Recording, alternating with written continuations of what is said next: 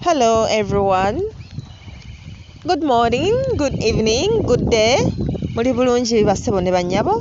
Naffe gye tuli balamu, Katonda yeebale. Atukuumye nga tuli bulungi. Mwebale kutujjanjaba, mwebale buli kimu bannange, tweyanziza nnyo tweyanzege. Mwebale kusubscribinga, mwebale kusharinga, mwebale kulikinga, mwebale data n'obuwagizi bwonna, ebiteeso, buli kirungi kyonna bannange mwebale. Waliwo abali ku WhatsApp group bannange mwebale, ate mwe mukola makula mwebale nnyo, mwebalire ddala. Kale olwaleero tugenda kulaba ku Jajjaffe Ddungu. Jajja Ddungu, Jajja Ddungu ye nannyini ttale era embuga y'enkulu eri ku ttale.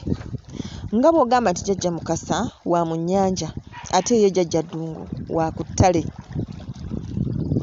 Ekyenjawulo ekimuliko nti amanyi buli mpewo weetuula, amanyi buli kisolo we kituula, amanyi buli omu waali.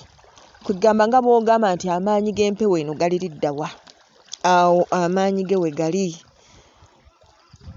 Ekyo kimusobozesa okuyigga n'okumanya ebyama by'empewo. Era gwe bw'oba oli awo ng'olina empewo gy'onoonya nga yakubulako dda, ono ye musajja omutuufu okwekwata kubanga ye aba amanyi gy'ekola ki? Gy'esula. Era y'asalawo nsolo ki eneerabibwa n'eteerabibwe, kugamba ebikwata mu ttale eyo, omusajja ono abivunaanyizibwako. Ayigga emisana n'ekiro, ndowooza musobola okulaba obusobozi bwe mu nsonga gy'akola. Ddungu ono atambulira nnyo mu makoola era mu lukoola eyo Abanyoro bamuyita Irungu, ffe eno mu Buganda tumuyita Ddungu. Kale buli mpewo ekola obuvunaanyizibwa bwayo mu butonzi, naye ne Jajja Ddungu y'avunaanyizibwa ku ky'okuyigga. Okuyigga, okumentaininga ensiko eyo, okubalansinga nature mu nsiko eyo, egyo gyonna gy'emirimu gye. Kale nga Jajja Ddungu bw'amanyi abantu abangi n'empewo zonna gye ziri, era n'emikisa gyaffe bw'ati bw'agimanya wa gye giri. Kyova olaba nti Jajja Mukasa asobola okukuwa omukisa, naye butya bw'ogufuna n'obunene bwagwo ate ekyo n'owesanga nga Jajja Ddungu y'ateekeddwa okkisalawo. Kale mu ngeri eyo ne tuba nga tulina okukola empewo zino nga tetuzisosola nti nze nkolako ono yekka, kubanga buli mpewo at the end of the day ekola buvunaanyizibwa bwayo. Obutafaanana ffe, empewo zo zikolagana era ziwuliziŋŋanya era buli emu etuukiriza obuvunaanyizibwa bwayo. Katugeze bwe kiba nti kikomera ng'ekyo mubeeramu bantu, asikaali akola omulimu gwe nga asikaali, ate ne getman n'akola omulimu gwe nga getman, ate ne ddereeva n'akola omulimu gwe nga ddereeva. So si byakusanga ate asikaali ate y'avuga emmotoka ogitwala ogipaakinga, nedda. Empewo bwe zityo si bwe zikola, wazira buli omu akola obuvunaanyizibwa bwe. Jajja Ddungu y'akulira abayizi, y'akulira abayizi bonna era n'okuyigga kwonna. Alina ejjembe ly'ekkulu eriyitibwa Kayizzi. Jajja Ddungu okusinziira ku bungi bw'emirimu gy'alina, tatera nnyo okwetaba mu nsonga zaffe abantu, wazira ejjembe lino erya Jajja Kayizzi ly'atuwa era lye litukolera emirimu gyaffe egisinga obungi.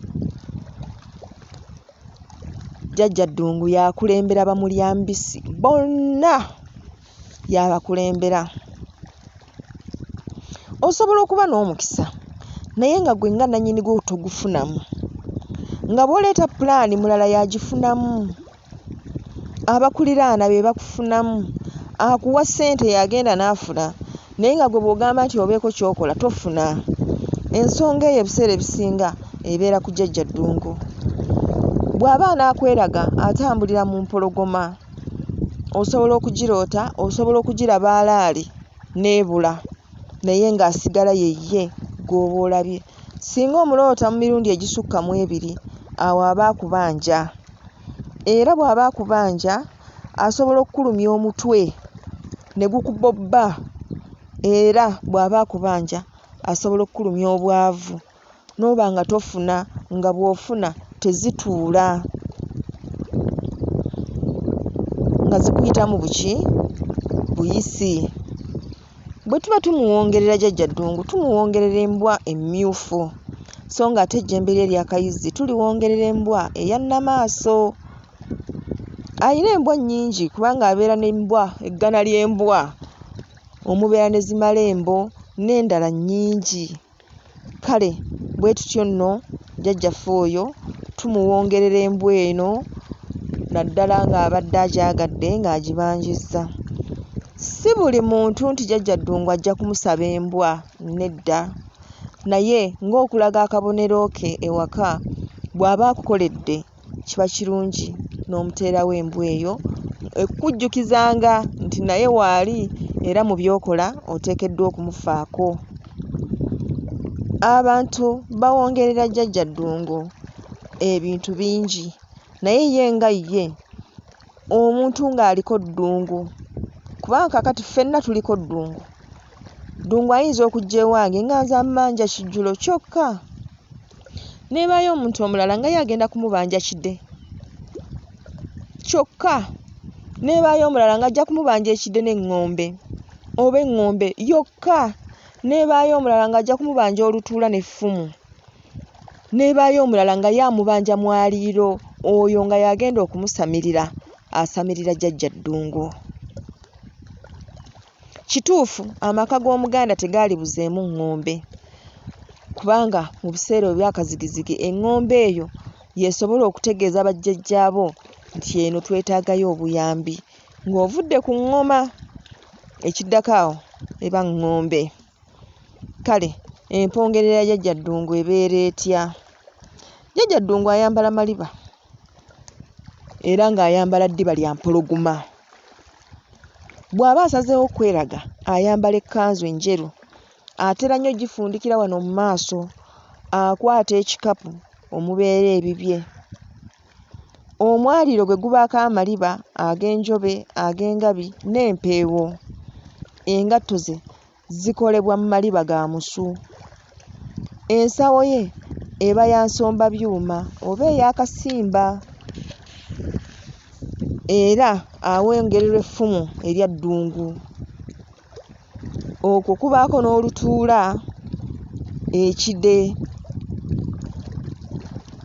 Olutuula luno tuluwongerera naddala nga totuuza mmaali n'owongerera olutuula. Lwakuba ebintu bino bye tuwongerera Jajja Ddungu, omukolo guggwa ogenze n'oyiggako. Tulina omuze ogugenda mu katale n'ogula ebintu bino n'obitwala mu mbuga n'obireka awo, kiba tekiwedde. Bw'oba omanyi tojja kusobola kuyigga kutuukiriza mukolo guno, gula ebintu ebikozeeko. Genda mu bayizzi bakuguze ku ffumu eryafumita ku nsolo, bakuguze ku lutuula olwakwata ku nsolo. Ebyo by'oba oleetera Jajjaawo Ddungu, awo ajja kukuta n'omutima gumu. Naye okubigula obuguzi mu katale n'obireeta awaka awo kiba tekiggwa bulungi. Butuufu kiggwa ogenze ku ttale n'osiba n'oyasira, byonna n'obikola. Manyi ffe twayiganga edda. Jajja Ddungu awongererwa amayembe ag'enjobe era gano ge gakolwamu eŋŋombe. Musajja mutabaazi, mu batabaazi nno, era muvumuzi. Muvumuzi avumula endwadde ez'enjawulo, ayambulula era aganga, ayigga era mukozi. Kale bano banjagala mirimu, njagala kukola biki, oyo ye muntu omutuufu ow'okwekwata. Asobola okuyigganya abalabe n'abakuggyako ng'olina abantu abakutawaanya. Jajja Ddungu mulungi nnyo waakuloopera, abayigganya n'akakasa nti bakuviira naawe ne bakuviirako ddala. Ate era asobola n'okukuyiggira. Mu byakuyiggira mwe muba emmaali, ssente, byonna ky'oyagala. Okwo nga kw'otadde n'empewo zo. Eriyo abantu essaawa eno nga bakola ensonga naye ng'akugamba nti bannaye empewo zange siziwulira era muli mpulira nti zindi wala. Omuntu bw'atyo osobola okwekwata Jajja Ddungu n'omugamba akuyiggira empewo ezo, kubanga ye aba amanyi ne gye ziri. Wabula ng'embeera egaanye, ng'olaba byonna bigaanye. osobola okumukolera ekijjulo eky'ennyama enjokye ku ttale. Ennyama eno enjokye ey'oku ttale okola enti 10 n'ogabulako 1 n'omulekera enti ze 9 n'omugamba mukama wange nga bwe nkugabudde n'omutima gumu nsaba naawe ompeese gumu. Owulidde? Engabula ye mu bujjuvu ey'ekijjulo era nayo tujja kugiraba. Ng'olina ky'oyagala bubi nnyo nnyo nnyo, naddala abo abatambula n'emmandu eno, abatambula n'omusambwa guno ogwa ddungu, ng'olaba buli kimu okikoze kigaanye, ogenda n'okikka ku ttale ennaku 9 ng'olina effumu lye, ng'olina ekide n'ekitimba kye bayita ekiggu. Awo n'omukoowoola ng'okuma ekyoto era ng'okisulako okumala ennaku ezo 9, bw'ofuuwa eŋŋombe eyo, bw'onyeenye ekidde, bw'okwata effumu n'otabaala n'osaba by'oyagala akukolere. Abasajja abasamidde Jajja Ddungu mwebali mu nsi muno n'abakyala. Bamusamira ne bamutuuka ku ntikko nga bo bwe bayingira ensiko batuuka ekiseera nga teyeetaaga na ffumu ng'agenda bugenzi ensolo n'agireeta n'agigabula. Omuntu ng'atereezezza Ddungu asobola okuyigga emisana n'ekiro nga talina na ffumu. Okutuukiriza obusamize bwa Ddungu,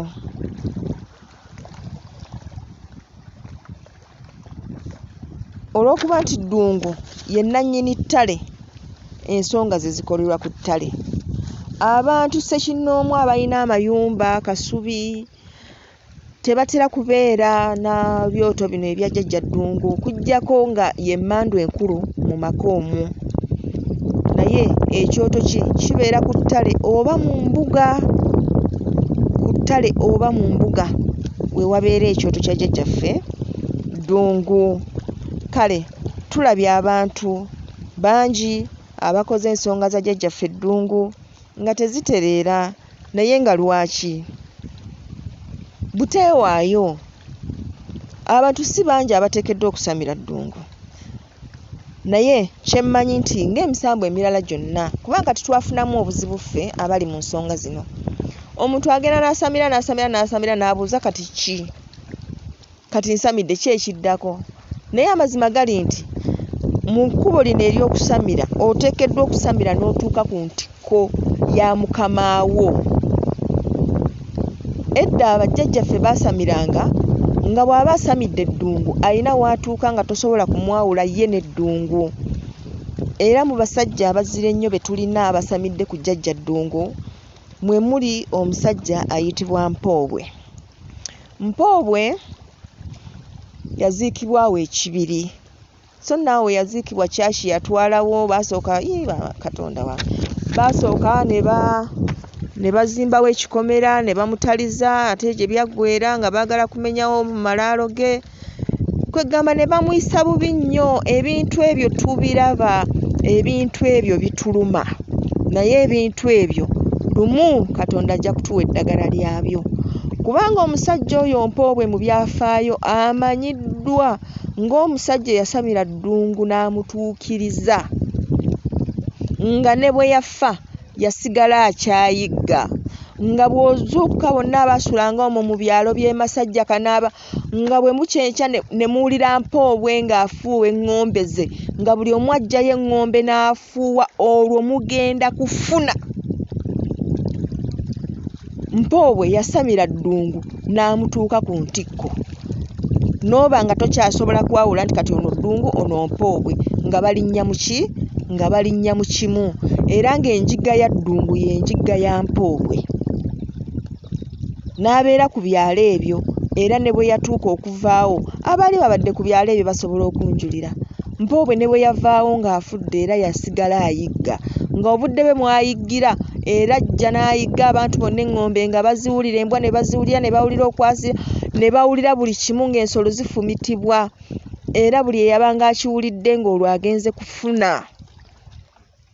Abasajja bangi abasamidde empewo zino ne bazituuka ku ntikko n'abakyala. Naye nga ffe kiki kye tukola? ffe tetukuuma byafaayo, tetubafaako, tetwagala na kumanya, naye ng'ate baali badde kyakulabirako kirungi nnyo gye tuli,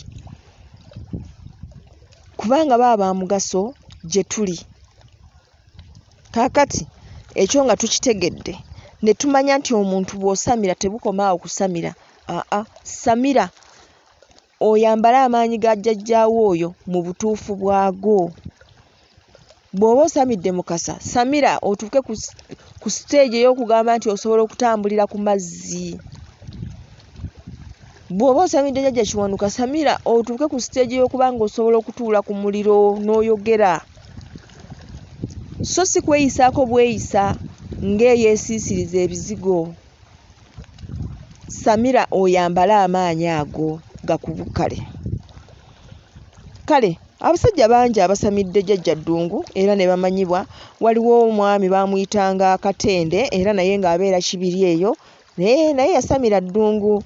Yasamira Ddungu lwakuba nti yafunamu obuzibuzibu obw'okuba nti ye Ddungu yamutwala nga Ddungu, kati bano abalala n'atabafaako, ekyamuleetera setback okuba nga teyasobola kutuukiriza nga bwe yali alina kutuukiriza.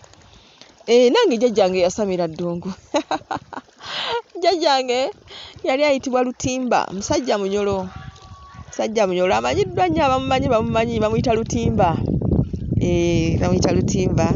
Yasamira Ddungu n'amutuuka ku mutikko, era amanyiddwa mu byafaayo nti yayiggako engabi enjeru. Ekyo abayizi bamanyi kye kitegeeza. Kale mu ngeri eyo nange ndi muyizi, nsobola okuyigira. Gwe ky'oyagala kyenjigga. Ky'oyagala kyenjigga nga ndeeta. Oyagala kikasa tegaba mayanzi. Okwogera ku mayanzi, tulina abantu twakyogerako era ne tugamba nti waliwo abantu bambi. Ng'embeera mbi, Jjajja Ddungu wa kisa nnyo. Bw'olaba ng'embeera mbi nnyo nga mutuufu weetaaga okununulwa, Jjajja Ddungu tumukolera ekijjulo ekyo ofuna entengo ezo 9 n'ozitunga ku luti n'ozookya nga bwe bookya ennyama n'omugabula. Mugamba Jjajja Ddungu mukama wange, ekijjulo kyo kiikino kye nkugabudde Ssaalongo, nga nsaba ompe. Era tufuna ekiwottonono ne tuteekamu evvu, ne tuteekamu amazzi, ne tuteekamu n'ekiwembawemba, buli obusigo bw'ekiwembawemba, ne tubitabula nga kye kita ky'omwenge. Ekyo ekijjulo kikolwa bamponga byoya. Ebijjulo ebyo ebikolwa bamponga byoya biraka nnyo kubanga babikozesa omutima gumu. Naye gwe atali mponga byoya olina obusobozi obufuna ennyama ne weeba ntonotono n'ogabula Jjajja Ddungu. Ensonga enkulu nga tugabula Jjajja Ddungu, tujja kusoma ku butya bwe tulina okumugabula, naye ng'ensonga enkulu nti tugabula bamulya mbisi, ne tugabula bamulya njokye, ne tugabula embwa ze, awo ffe ne tulyoka tulya. Naye obuzibu obuliwo nti twefaako nnyo bwe tugenda okugabula, ate ffe tusinga okwagala okulya ne twerabira ekyatututte. Kale nga tukitegedde ne tumanya Jjajja Ddungu y'ani, tumanye ekyokukola nsuubira kati tukitegedde. Tetukitegedde? Ekijjulo kye kibaako omwenge omuganda. Jjajja Ddungu anywa omwenge. Alina n'emmindi era ebeera mmindi ya Jjajja Ddungu. Sitera kuba nnene, yakulanga kikopo ya ttabbu. Naye nga musajja mulungi, musajja wa kisa, ate mukozi nnyo. Bw'oba ng'olina emisambwa gye wandyagadde okukwana, y'omu ku basajja b'osaanye okuggulako omukwano kubanga aba mulungi nnyo ekisusse. Kale bannange mwongere okusharinga, mulikinge, musubscribinge. Ekintu tukitambuze kino tukikube massively, okay? Akuume atakuumira mpeera. Nja kubaleetera ku ngabula y'ekijjulo kya Jjajja Ddungu tulabe ekibeera kitya, tukigabula tutya, kibaako kinaki, byonna tusobole okubitegeera, tubikole tubituukirize, tulabe ate lwaki taatukolere omusajja oyo omuyizi Ddungu. Awo mu kibuga ayinawo embuga eri eyo ku buziga. Ku buziga eyo ayinayo embuga n'eno Makindi eno eyo mu Bassekabaka eyo, naye waliwo awali embuga ye ya Jjajja Ddungu. Oba osobola okugendayo n'okola ki? n'omugabula. Gwegenda baganda nze kugabula Jajja Ddungu owulidde ne rusiiti ey'obusaabala naye bagabulirayo Jajja Ddungu osobola okugenda n'ogabula. Embuga ezisinga zigabula nnyo Jajja Ddungu naddala eno Ebitambala eno Emawokota eyo bagabula nnyo Jajja Ddungu engeri gye balina enkoola ezo bagabula Jajja Ddungu. Kale kisaanidde tolinda mbeera kutabukira nedda bwogera ekiseera n'omanya nti nfunye kangende ngabuleko kulaba jjajjange ng'ogenda ogabula ng'akwongeramu omukisa era ng'akutereereza byonna ebyali badde bikuzogazoganya. Kansubire nti ekyo mukitegedde bulungi bamikwano. Kale nninze nga mumpita nzije tulye kanyama ako tunywe ne ku twenge ng'ombe zivuge ebidde bivuge tweyagale ate lwaki nedda akuume atakuumira mpeera weewaawo.